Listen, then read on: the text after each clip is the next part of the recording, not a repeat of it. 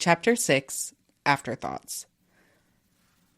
The thing that stood out to me most about rereading this chapter, and especially reading this chapter out loud, is how much of what I expected him to do is what I would have done in that situation, and how I expected him to feel is how I would have felt in that situation. Like, if I would have done something like that, I would have felt so guilty. I would have felt so ashamed because, I mean, I was 12, right? So I really had no awareness or knowledge that I was projecting my feelings onto somebody else. That I just assumed he would respond and react the same way that I would respond and react. And even today, as present day Michaela, it's still hard for me to comprehend and understand and grasp that someone can purposely build up trust with somebody just to break it. Or that even as much as I've thought about this situation, as much psychology books I've read, as much interviews I've listened to with other people who have experienced what I have, or even some of the interviews with other perpetrators, it is still hard for me to grasp and understand a human brain that can build trust or build a bond just to break it and do something for their own benefit or their own, I don't even know if you would call something like sexual assault, their own kink. I don't even know how to describe it, to be honest with you.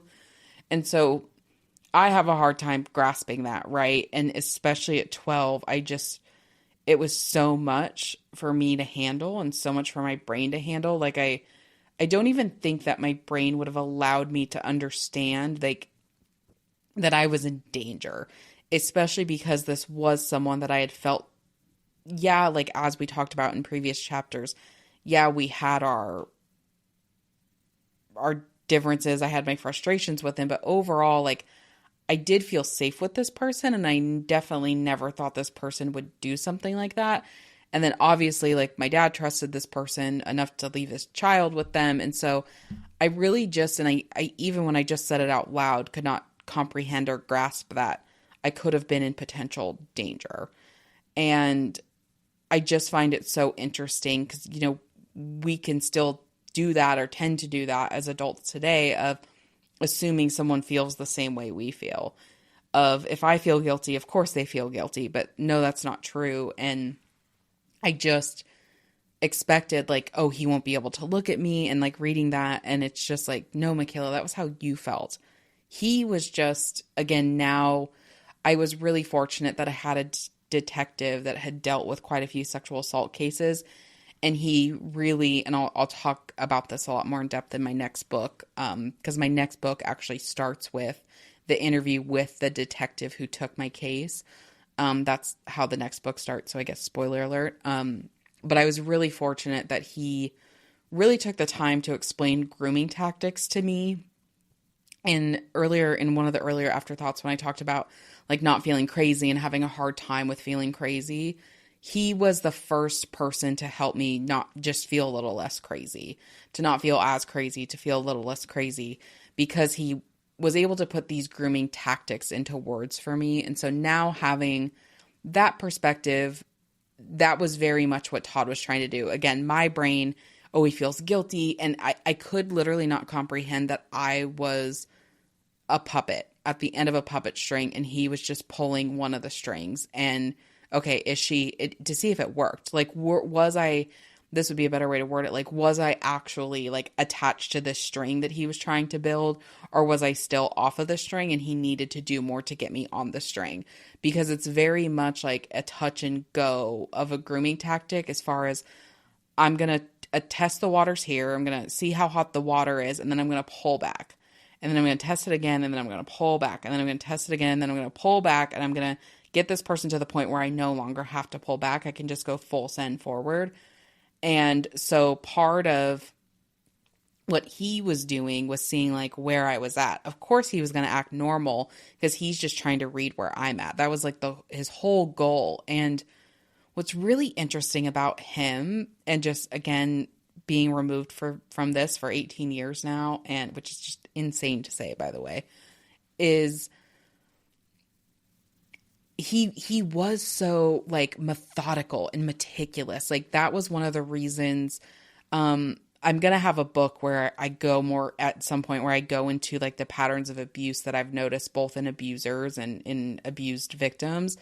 But one of the things in him that honestly still blows my mind to this day was his meticulousness. And because I'm building my writing to go into that book that I'm telling you about, where I talk about the patterns I've seen in abusers and abuse victims.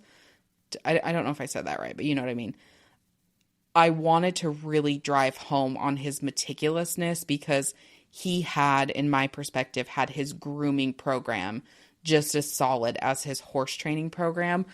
But I'm also not blind to the fact that there was something going on in this guy's brain that just wasn't right. Like there are people that have OCD tendencies or just like things really clean or really, but there was something going on there. And now I'm not blind to that. And I'm definitely not trying to justify anything, but the level of meticulousness that guy had, the way he was like, just so, I mean, his routine was insane. I mean, like I was saying, I always knew something was wrong if he was breaking routine because he never broke routine. He wrapped the hose. I mean, I can see that hose in my mind to this day. And as someone, I'm pretty meticulous. I have a pretty good eye for things. Like I joke, I did graphic design for a while. Like I joke that if there's a pixel out of place, like I will be able to see it. And I cannot comprehend how he wrapped that hose so well and so meticulously. And just like one coil on top of the other in perfect, like it just blew my brain. The stalls were the same way, like the whole being level without a leveler. Like he could just see that. He never broke his routine. He ate the same things, like not never, but like he rarely broke his routine. And again, when he did, there was something wrong. And I do just wonder like what was going on in his brain. Like if I could get a brain scan done on this person, what did it look like? Because And that's why I really think like I hate to say this, but that's why I think he was able to get away with it for so many years, was because of his meticulousness. And we could argue also like the timing, it wasn't as supportive for, victims of abuse to come out and talk. But I think because he had his training, and I hate to say it this way, but I just feel that it's the truth. Like because he had his training program down for little girls as well as he did his freaking horse training program, I think that's why he was able to get away with it for so many years. Because for this guy to never get taken to court, for me to be the first person to take this guy to court, by the time we started actually going to court, he was 80 years old. And so he had been getting away with this for, I'm sure, decades. Obviously, I'm assuming things because there's so many gaps. Like I just don't know the real story. But even the judge in my case had said, like, you don't just turn 79, 80 years old and start doing this. Like, so you clearly have been getting away with this for years. And I agree. And there's other people that like you kind of hear scuttlebutt in the town of it happened to them. And I think a lot of it does come down to this meticulous and this training program. And I hate to call it that, but for lack of a better term, that he had for his victims. And obviously I was in it just as much as anyone. And he did have it just so like methodical and meticulous of, I'm going to go do this and then I'm going to pull back. And then it continues, which I'm not going to talk about it much more because we'll continue with it throughout the book, and I'm sure I'll continue to circle back to it. But it was just so like interesting rereading that chapter and remembering how methodical that he, like, because again, now I have the hindsight to reread it and remember it, like how methodical it was, especially in comparison to his his horse training program. So that's what was coming up for me as I was rereading chapter 6, was just like in my child brain, I couldn't even think that this was part of a program. Like, I just assumed he would be responding as I was responding. And again, even now today, I have a hard time grasping that this was just part of his goal, again, for lack of a better term, was to see where I was at and if I was that puppet attached to that string or not.